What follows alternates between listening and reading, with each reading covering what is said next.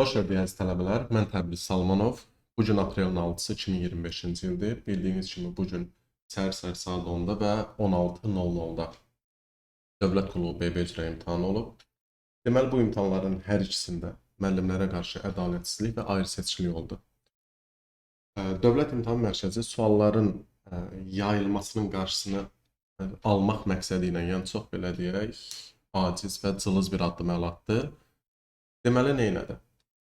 Səhər smen olan və günorta 16:00-da müəllimləri ayırıb, yəni ayrı bir sıraya qoyublar və yanlarına heç kim salınmayıb. Və müəllimlərin hamısına köhnə fevral imtahanının 100 sualını işlədiblər. Yəni 100 sualı verilib. Digər tələbələrə isə təzə sual verilib. Və 16:00-da da mən özüm imtahanda iştirak elədim. Deməli, imtahanın ilk yerlər buraxılış vərəqəsi çıxan gün mən yoxlamışdım. 204-cü otaqdaydım.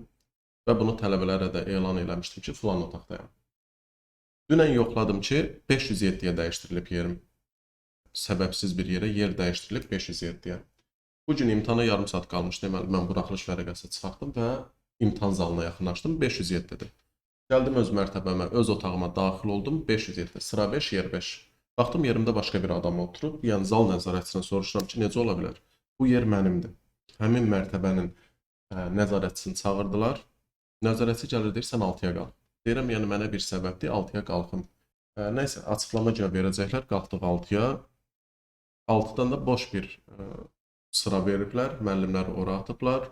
Soruşuram ki, bizdə suallar digər namizədlərlə eyni olacaq, yəni bir ayrı seçkilik eləyəsiniz ya yox. Bir suallar gələndə biləsiniz. Nəysə, sualları başladıq imtahanı. İmtahana başladıq ki, 100 sual, fevral imtahanının 100 sualın tamamilə eynisini qoyublar müəllimlərin hamısına. Yəni, digər iştirakçılarda təzə suallar, bizdə eyni sual. Yəni, biz də pul verib imtahana daxil olursaq, amma ayrı seçkiliklə qarşılaşırsak. Və buna qarşı da, yəni məqsəd nədir? Müəllimlər imtahana girir, bunların səhv olan suallarını tapır, suallar paylaşırıq, tələbələr bilir nə tip sual düşür, ona uyğun hazırlaşırlar, yəni bunun qarşısını alırlar bir tərəfdən. Digər tərəfdən, hər imtahan demək olar ki, bunların səhv sualı olur. Yəni, özlərinə də mən vurğuladım. Dedim, elə bir barmağınızı qatlayın, mənə elə bir imtahan göstərin ki, sizin səhv sualınız olmasın. Yəni, mümkün deyil. Və bu sualları da tapan müəllimlər olur. Yəni, müəllimlər girir, baxır sual səhvdir, elan edir və siz düzəldirsiniz. Yəni, dedim, bəs bu halda kim elan eləyəcək? Ya siz kitabçanı verməlisiniz, ya da ki, yəni, bu cılız bir addım atmalı deyilsiniz. Yəni, nəysə, orada yəni, çox uzun sürən bir mübahisə oldu və sair müəllimlərlə bizlə, yəni, tim arasında, amma yenə də öz dediklərini elədilər. Ki, yox, biz ixtiyarımız var, harada istədiksə otuzdura bilərik, nə sual istədiksə verə bilərik və s. İndi özünüz düşünün, fevral imtahanı bütün sualı məndə var. Və qanunu da var, Azərbaycan dilisi də var. Mən bunu əzbərlədim, 10 dəqiqəyə 45-də məntiq informatika yazdım. Mən gedib qanun az dilində yazsaydım, 100 bal yığsaydım, yəni bu digər tələbələrə, aylarla hazırlaşan tələbələrə qarşı nə olacaqdı? Ədalətsizlik. Yəni, dimin eləyəcək bir ədalətsizlik olacaqdı ki, addım atdılar ki, suallar çıxmasın, sualların hamısını sizdən paylaşacağım. Yəni, dim nə eləsə də, yəni belə cılız addımlara əl atsa da, yenə də yəni, bunun qarşısını ala bilməyəcəklər. Yəni, ya normal qaydada qarşısını almalıdırlar, kitabçanı verməlidirlər, ya da ki, yəni, əks halda bütün suallar paylaşılacaq. İndi bu gün imtahanına düşmüş, yəni 16:00 imtahanına düşmüş informatika suallarını sizə izah edəcəm. Birinci şəkildə, bir şəkildə göstərilən əmr hansı lent tabına aiddir? Fit to Windows-dur, PowerPoint-də, View-da, Zoom qrupunun içində yerləşir. Olacaq Y variantı. Burada təzə bir print növ salıblar. Bu sual ilk dəfədir dövlət qulluğunda istifadə edirlər. Səhifə 1-dən başlayaraq nömrələnmiş 50 səhifədən ibarət bir sənəddir. Bu sənədin çapı aşağıdakı parametrlər əsasında göndərilir çapa. Cəmi 5 ədəd A4 vərəqimiz var. Hansı nömrəli vərəqlər çapa gedər? 5 ədəd A4-ümüz var. Amma burada baxaq görək nə yazıb. Burada yazıb ki, 1-dən 1 çap olunacaq, 3-dən 6-ya qədər çap olunacaq. Yəni 1, 3, 4, 5, 6, davamını yazmıram, çünki 5 dənə A4-ümüz var. One side bir üstü çap eləyərik. Uncollated, yəni dəstələnməmiş çap. Yəni bu dəstələnməmiş çap yadınızdadsa necə olurdu? Misal üçün özü görsədi 1 1 1 1 birinci birləri çap elirdi, sonra 2-ləri neçə nüsxədirsə o qədər, sonra 3-ü və s. Burada da one page per sheet olduğuna görə burada ilişmirik. 2 kopyamız olmalıdır. 2 kopya, cəmi 5 vərəqimiz var.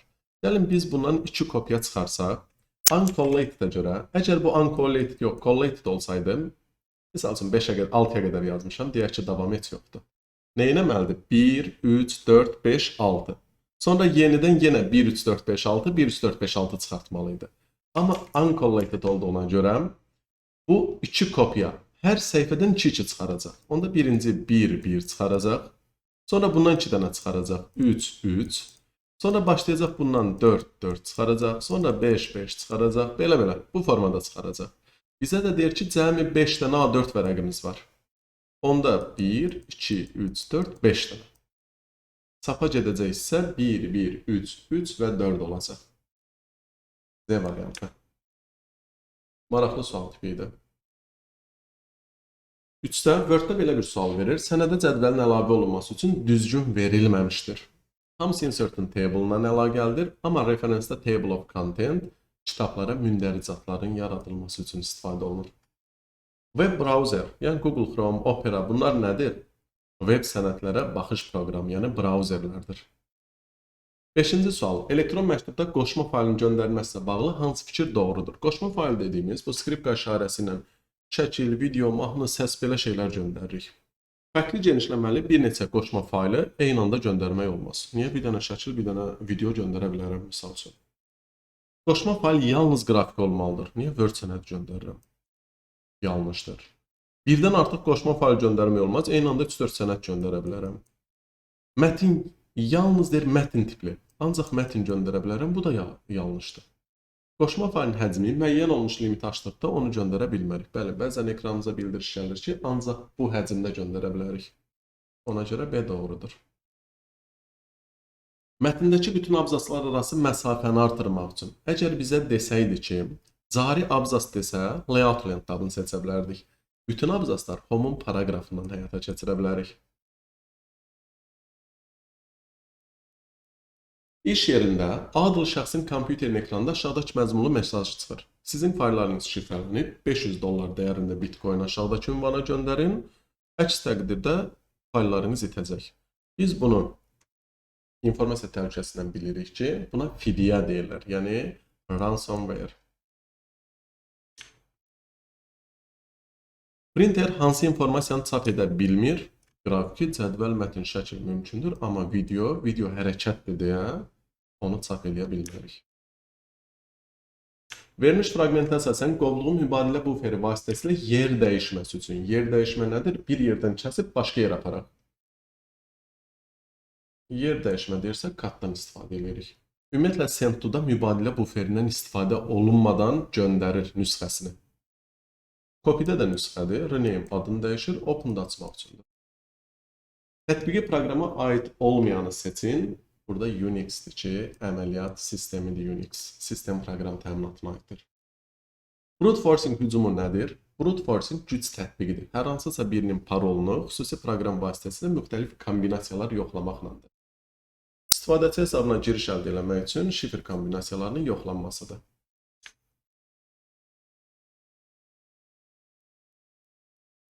Verilmiş elektron cədvəl fraqmentinə əsasən A4 xanasının qiymətini müəyyən edin. If-in qaydasını bilirsiniz ki, if şərtlə başlayır. Birinci düstur və ikinci düstur. If-in qaydasına əsasən əgər şərt düzdürsə birinci düsturu həll edirik, səhvdirsə ikinci düsturu. İndi bizə deyir ki, C2 B1-dən kiçikdirsə, C2 15-dir. 15 B1-dən kiçikdirsə, 15 12-dən kiçikdirsə, bunu həll elə. Kiçik olmadığına görə bunu həll edirik. C2-nin üstünə B1 gəlirik. 15-in üstünə 12 gəlirik, 27 verir.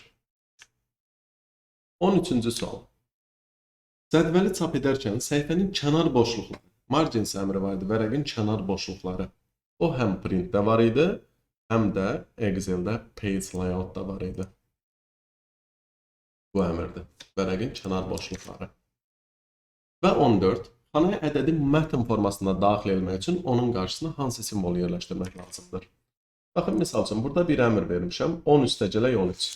Mən bu 13-ü gəlib belə bir şey eləyirəm. Bunun qabağına bir dənə bu işarəni atıram. Fikir verdiniz? Sola keçdi. Mətn kimi Excel bunu başa düşdü. Amma ədəd kimi oxudu. Yəni mətn formasına çevirdi, amma yenə də ədəd qaldı. Hətta gəlin bunun ədəd belə deyək, olmadığı üçün belə bir şey verirəm. Count. Count nə isə sayır ədədləri. Deyirəm buradan ədədi sayın. Baxın 13-ü saymayacaq. Gördünüz, cəmi 3 dənə ədəd göstərəcək. Amma mən bu formada count versəydim, o zaman nə edəcəkdi? 4 dənə göstərəcəkdi. Yəni biz o işarəni bunun qarşısına atsaq, onu artıq belə deyək, mətn formatına salır. Yəni dim nə qədər eləsə də, yenə də biz sualları paylaşmağa davam edəcəyik. Növbəti videoda görüşənədək.